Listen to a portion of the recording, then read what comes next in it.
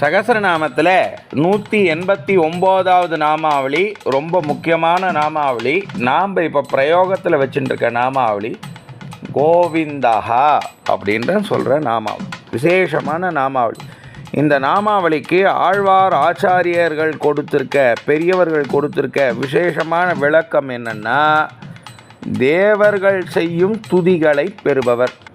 இந்த கோவிந்தான்ற நாமாவளி தேவர்கள் பெருமாளை கூட்ட நாமாவளி அப்படின்னு சொல்கிறான்.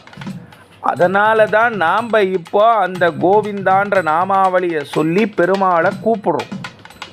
எந்த ஒரு காரணத்துக்காகவும் நம்ம கோவிந்தான்னு பெருமாளை பார்த்து கூப்பிட்டோம்னா, நாம் செய்த துதியை வச்சுண்டு பெருமாள் நம்ம பக்கத்தில் நின்று சகல விதமான பாக்கியங்களையும் நமக்கு தரேறான். அவ்வளோ விசேஷமான நாமாவளி. எல்லோரும் ஒரு வாட்டி சேர்ந்தா மாதிரி கோவிந்தான்னு சொல்லுங்க. பெருமாள் நம்ம பக்கத்துலேயே இருந்து எல்லா